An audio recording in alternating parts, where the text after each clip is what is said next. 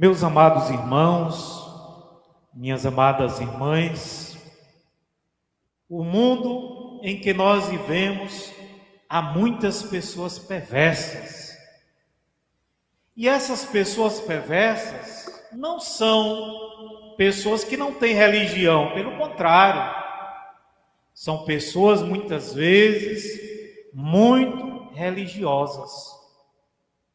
A pessoa, ela tem uma identidade religiosa, ela frequenta uma igreja, mas aquilo que ela escuta no templo, na igreja, aquilo que ela lê, que é essencial, que é a palavra de Deus, nada disso se traduz em sua vida. Há muitas pessoas que não frequentam igrejas, que não têm uma identidade religiosa, e muitas vezes são melhores do que nós. Amam mais, acolhem mais, perdoam mais. Então, o fato de nós frequentarmos uma religião, uma igreja, não é suficiente para dizermos que somos pessoas de Deus. Então, essa perversidade está aí no mundo. São líderes religiosos, padres, pastores, que não são fiéis à palavra do Senhor, envolvidos em escândalos, pedofilia, violência doméstica e tantos outros pecados. E olhando essa realidade, quem não já se perguntou assim, por que que Deus não age com seu poder e destrói os perversos, os malvados? Deus não tem poder para fazer isso? Tem. Só que Deus não age assim. A palavra de Deus que nós ouvimos no livro da sabedoria, o autor sagrado revela que a força de Deus se fundamenta na justiça. Deus é justo. O poder de Deus está na clemência, na indulgência, no cuidado. Deus é paciente conosco. Mesmo com aquelas pessoas que são más, Deus tem paciência. E porque Deus tem paciência e não destrói os maus? A resposta também está na palavra do Senhor do livro da sabedoria.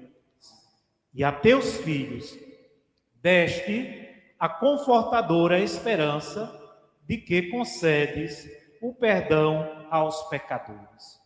Está aqui a resposta, porque Deus não nos destrói. Porque Ele nos dá a esperança que nós mudaremos de vida.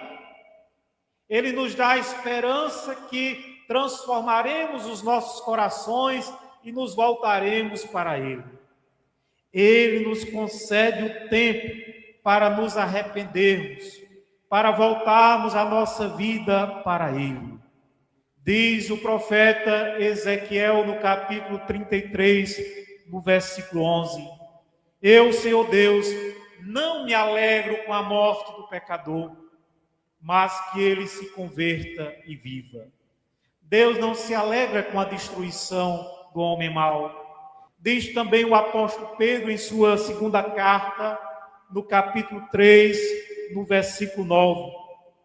Ele está demonstrando paciência convosco, pois não quer que nenhum se perca, mas que se converta e que seja salvo. Essa é a razão da paciência de Deus. Ele está esperando que cada um de nós se converta, que mude de vida e que possa se voltar para Ele. A parábola do joio e do trigo que nós ouvimos, segundo o evangelista Mateus, revela esse confronto entre a impaciência humana e a misericórdia de Deus. Impaciência dos homens diante dos erros dos seus semelhantes. Quando a gente comete um pecado, e às vezes é um pecado grave, a gente olha para dentro de nós mesmos e dizemos assim, olha, Deus é misericórdia, Ele vai nos perdoar. Mas quando é o outro que comete o pecado, a gente tem logo um julgamento. Fulano não presta, fulano não tem jeito, fulano não dá para nada, Deus vai condená-lo. Nossos julgamentos são rápidos para os outros. Nós montamos ali um tribunal onde parece que nós somos Deus que julga aquelas pessoas. Nós somos ligeiros em querer que Deus faça justiça com essas pessoas. Os empregados da parábola pensavam assim: quando o joio cresceu junto com o trigo, eles foram até o dono e disseram assim: queres que vamos arrancar o joio? Eles queriam acabar logo com aquele mal.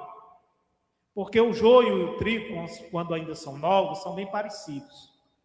Então é preciso que eles cresçam para fazer a distinção do que é joio e do que é trigo.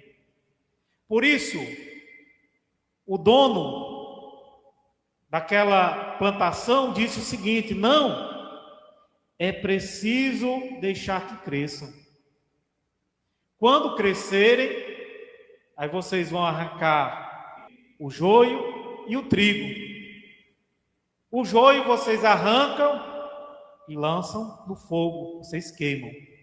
Mas o trigo vocês recolhem. Ou seja, meus irmãos, minhas irmãs, haverá um dia em que o joio e o trigo serão separados. Por enquanto, às vezes nós não sabemos quem é joio e quem é trigo. Mas, no último dia, diante do tribunal do Senhor, ali haverá uma separação. E não há como não diferenciar quem é joio e quem é trigo. Quem é fiel a Deus e quem não é fiel a Deus. E ninguém, pobre, rico, preto, branco, gordo, magro, feio, bonito, ninguém escapará do tribunal de Cristo. Todos nós compareceremos diante do tribunal de Cristo.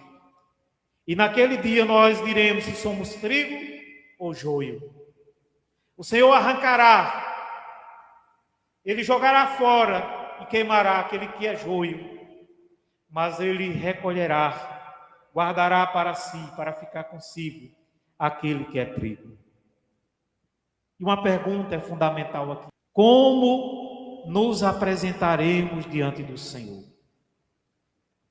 Naquele dia em que estaremos cara a cara com o Senhor, o que você tem para dizer ao Senhor? O que você tem ou terá para oferecer ao Senhor? Diante do Senhor, você será trigo ou joio? Você já fez essa pergunta? Você já pensou sobre esse encontro com o Senhor? Será que isso não te preocupa? Nós vivemos num mundo em que as pessoas já não sabem mais o que é pecado. Elas já não sabem o que é ofender a Deus. Elas já não se angustiam quando estão no caminho errado. A mente dela está tão pervertida, tão corrompida, que ela não sente mais remorso pelos pecados que comete. Como nos apresentaremos diante do Senhor? Que esta seja a nossa preocupação. O Senhor nos dá a oportunidade de crescermos, de sermos pessoas melhores, não sermos simplesmente homens religiosos, mas sermos homens de Deus, mulheres de Deus. Que o Senhor, em sua clemência, em sua misericórdia, nos ajude a crescermos na sua graça, no seu conhecimento, para nos apresentarmos diante dele com coração puro, com coração cheio de amor, de perdão e de bondade.